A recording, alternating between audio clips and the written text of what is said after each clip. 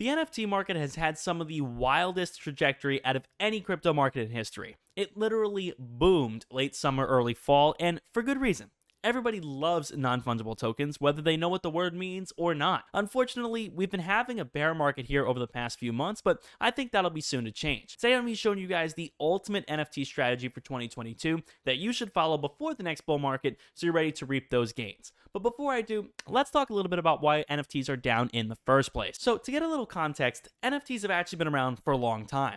The first NFT was created by Kevin McCoy on May 3rd, 2014. He called it Quantum, and it was legit the first non-fungible token ever made. Today it goes for a cool $7 million. Not bad for a GIF of an octagon.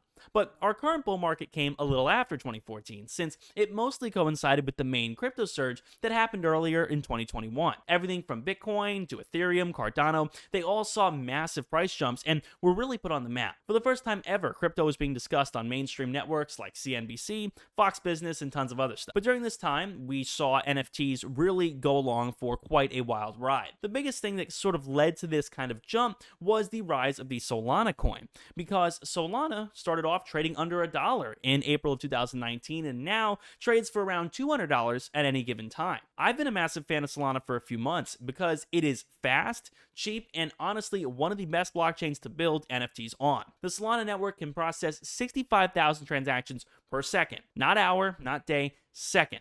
And each transaction costs you less than a penny to make. I've sent a ton of transactions on Solana and they're incredibly cheap. I've moved NFT from wallet to wallet and I've never had issues with the Solana ecosystem. So doing this with Ethereum NFTs would have cost me hundreds of dollars in gas fees, and that simply isn't affordable for the average person. And that's nothing against Ethereum, it's my biggest holding, but I just see Solana as being a more viable option for those just getting into it. Tezos has also been getting popular these days. I'm not an expert on that, so I would advise looking into that as well.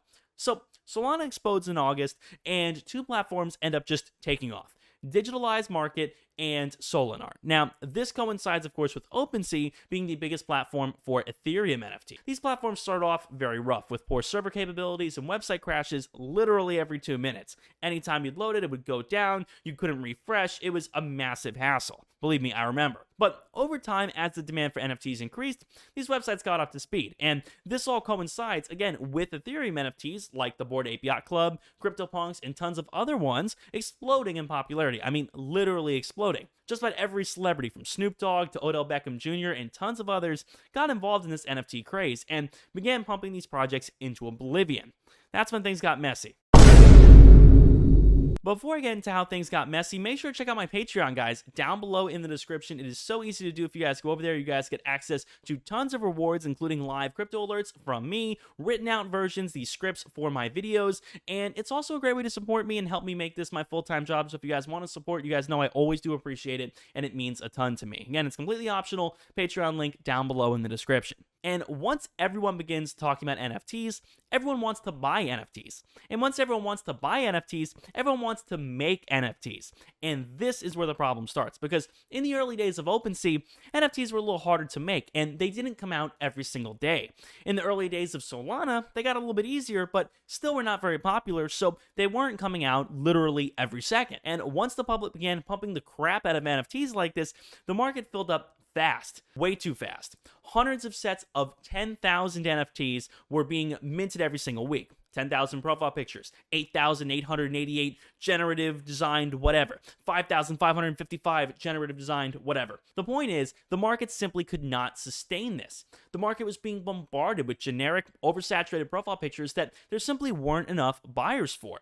There were not enough people using Solanart, using OpenSea, there still aren't, to be able to buy 10,000 profile pictures every single week. So this kind of led to a bleed in all NFT projects, including a lot of the blue chip ones, and people were actually dumping these good projects to buy a lot of the garbage ones, and unfortunately, that kind of hurts everyone. You know, people would buy a project, get scared within 5 minutes, and then dump it on a secondary platform for below mint price. If you don't know what that is, it's like when someone says, okay, I'm going to spend 1 Solana at launch, and then gets scared, starts panicking, and sells it for 0.5 Solana on a secondary platform within a few minutes. It happens a lot too often. profit. And unfortunately, that's been a major cause of any losses I've had with NFTs, simply buying them at mint and unfortunately getting burned. And again, there's no money to be made in this, but it happens quite easily, especially when people get scared.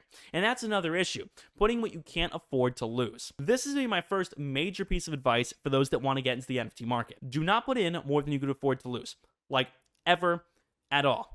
And be aware of the risks because there are a lot of them. Let's start off with the obvious. The first major risk with any NFT industry is that, of course, the price of your NFT could simply go down. This isn't like throwing your money into a savings account at a bank where you have insurance on it, or even dumping it into something like Bitcoin that's a little safer, that in a decade from now, I'm sure Bitcoin will be worth more than it is worth today. With NFTs, they are purely driven by what's going on in the NFT community. That's it. So even if you like the Ethereum coin or the Solana coin, that doesn't mean your Ethereum or Solana NFT will be worth a lot in 10 years from now. NFTs are simply not described as having any intrinsic value. That's the deal with any art, but unfortunately we are being bombarded with so much art that oftentimes isn't art, but we're being bombarded with just so much garbage out there that unfortunately, if this NFT doesn't make the news, which it probably won't, and if the Discord community decides to evaporate overnight, simply for whatever reason, people could just jump ship.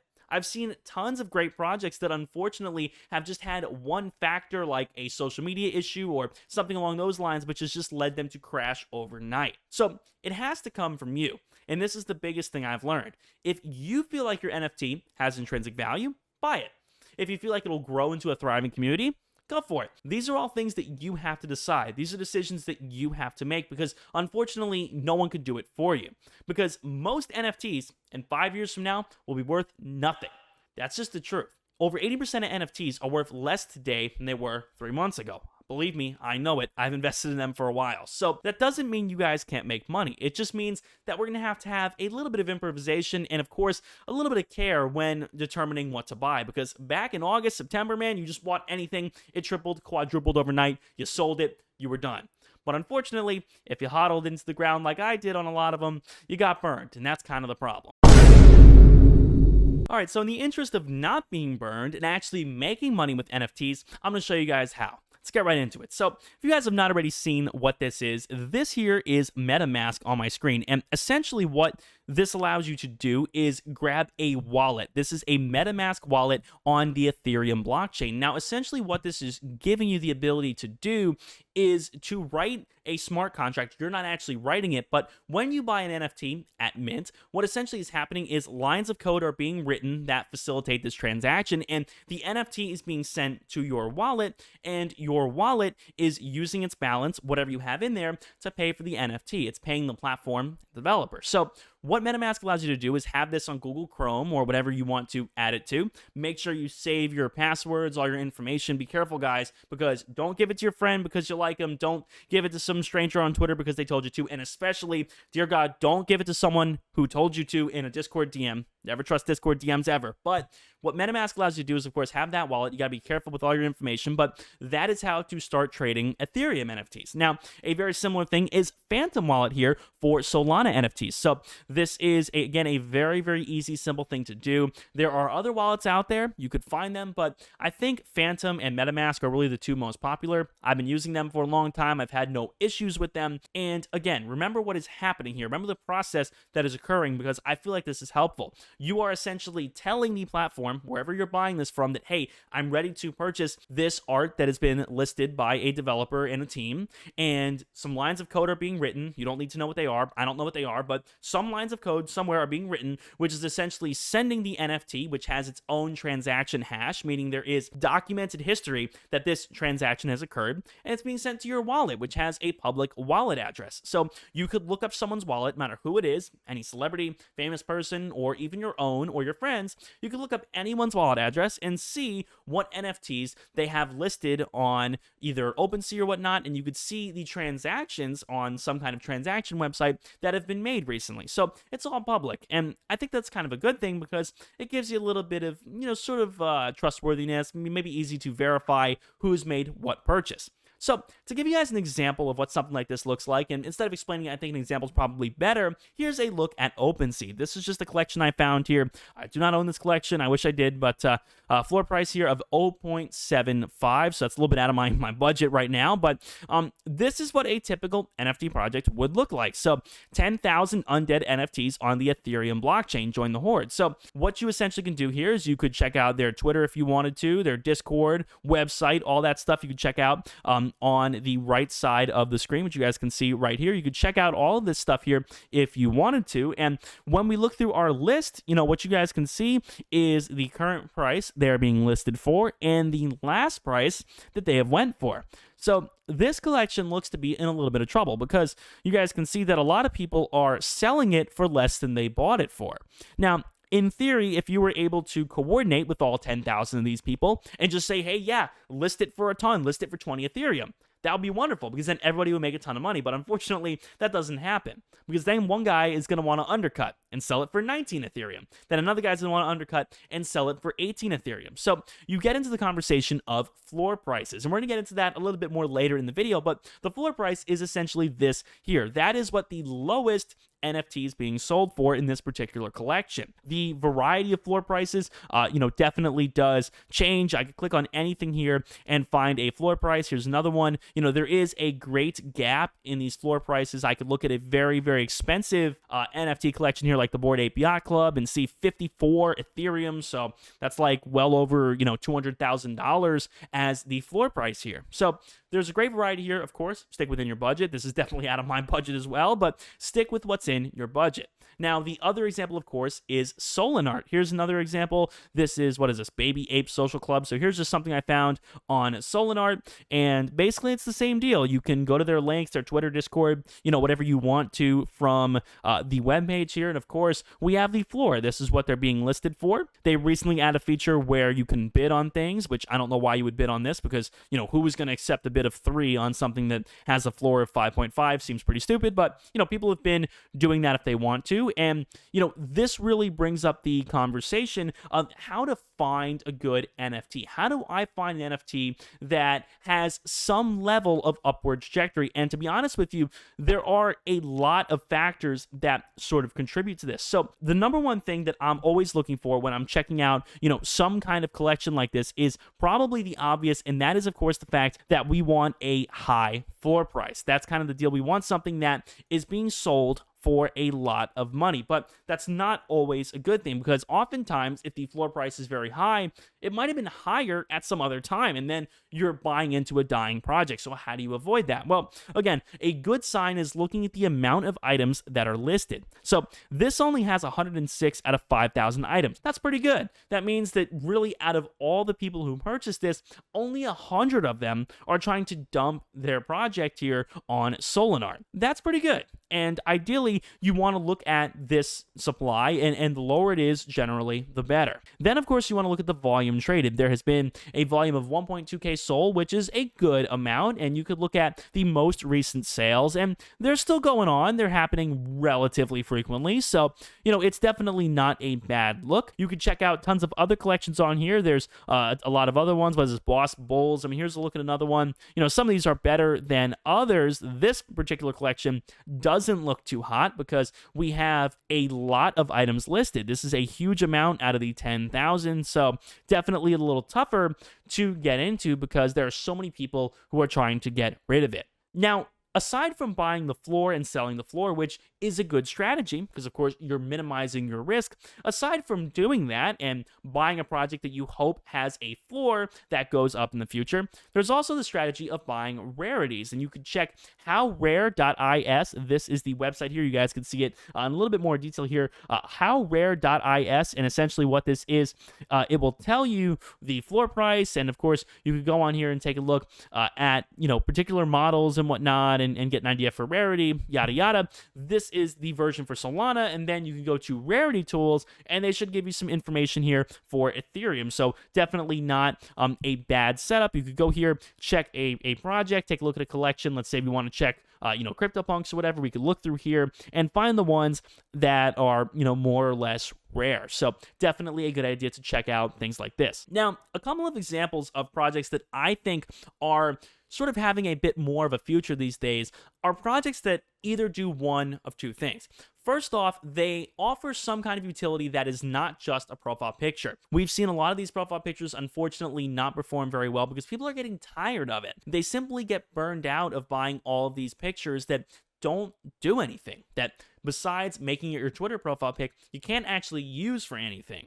Now, I think a good example is some kind of NFT that offers something unique, like a video game, some kind of play to earn, maybe where you stake an NFT and get some kind of royalty or residual. There are a lot of different options for NFTs out there that are being extremely creative, and I think that that is the wave of the future. NFT gaming, metaverse, there's tons of different stuff out there that is a unique function for a specific NFT. Because remember, an NFT is something that's just being sent to your wallet that if you connect your wallet to a certain website, preferably a safe website, hopefully. If you connect your wallet to a website, you can use that NFT for just about anything on the website. You could list it, you could, trade it or whatever is available, whatever's out there. You could list your NFT, you could, again, connect your wallet and use it for something that this website has to offer. That's the basic rule of smart contracts. So when we take a look at, let's say, Degen Coin Flip, here's an example of one. I just found this. I do not own it. I found it probably a few minutes ago, but I wanted to give you guys an example of something that looks like it has a unique function. So what this is double or nothing. So it seems to be a kind of gambling thing, and you check their website, and they're not available right now. But I guess the idea here is that you go for heads or tails, and they'll give you double or nothing. So this reminds me of definitely other crypto, gambling things out there, but it seems to be relatively innovative because this is the first time this has been done with NFTs. Another example is Shiboshis, which you guys can see here. These are Shiba Inu NFTs here on the Ethereum blockchain, and of course, a very high floor price. I wish I had one of these, but I don't. But these essentially are being able to be used in different Shiboshi video games here, the Shiboshi game, different Shiba Inu games out there. So these definitely have a real life function. They have a real life application as well. They work in a video game, and that is definitely something cool to look at. Now, the second option out there that I was talking to you guys about was finding an NFT that is grandfathered in as being a legendary profile picture project that in some way, shape, or form is a blue chip.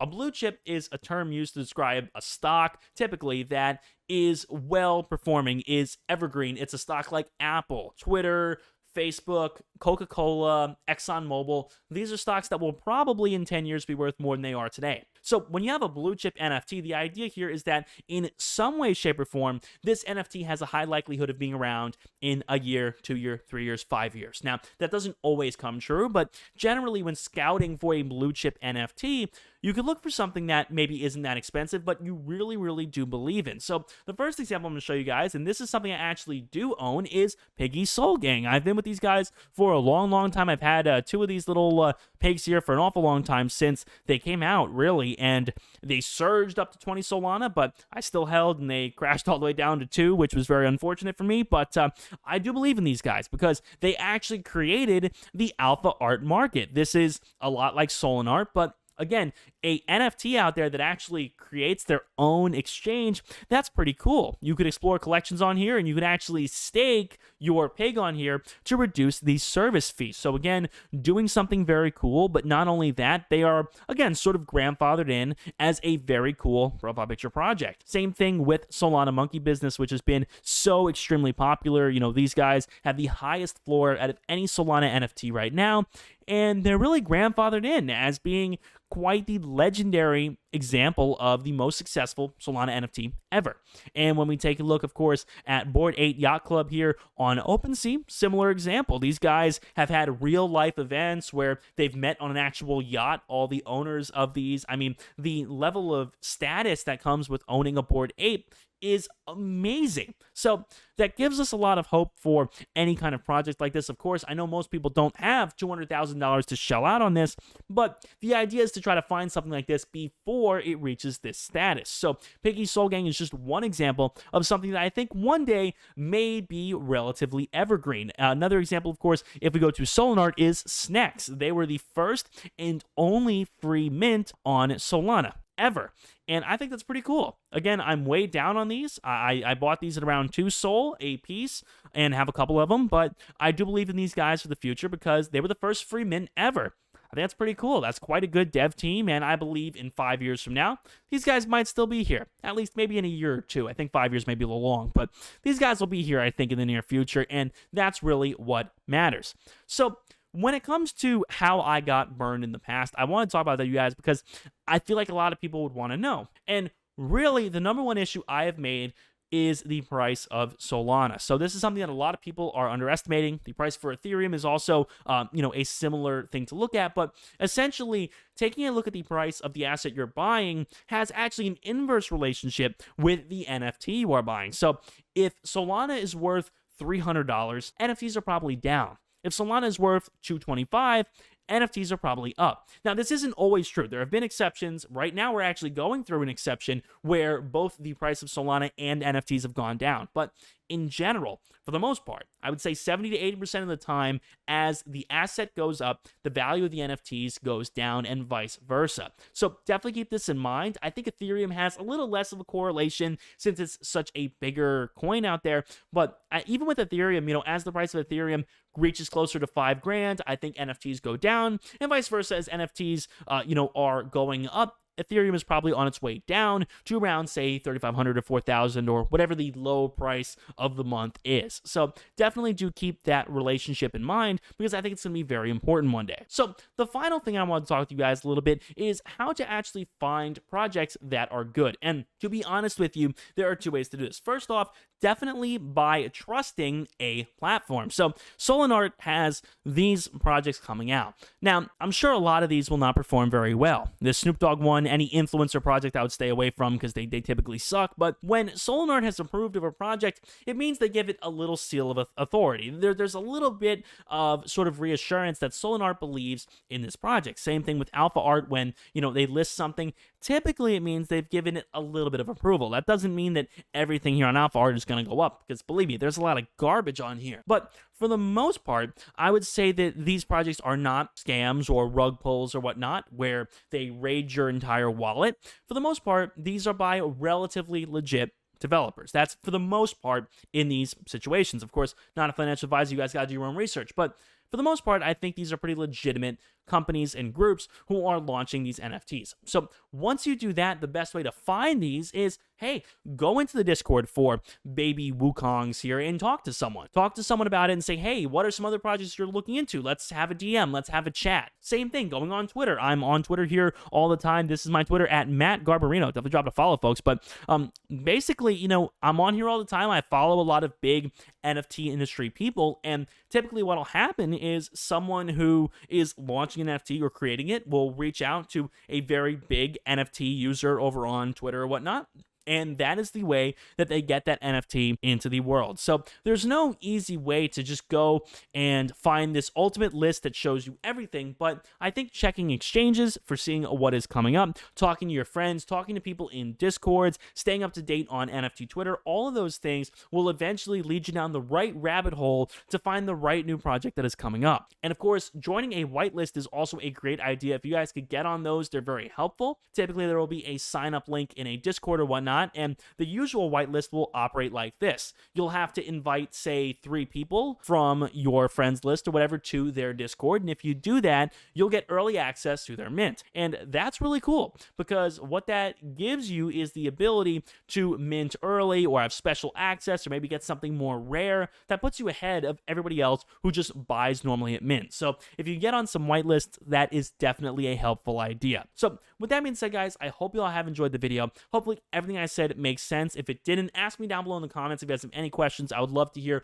what you all have to say. I truly hope this was comprehensive. I really did try very hard with this video, so I hope you guys enjoyed it. And if you did and want to support and help me make this my job, make sure to drop a like and subscribe. That does help a ton, folks. Thank you guys so much. My name is Matt. I'll see you all in the next video. Peace.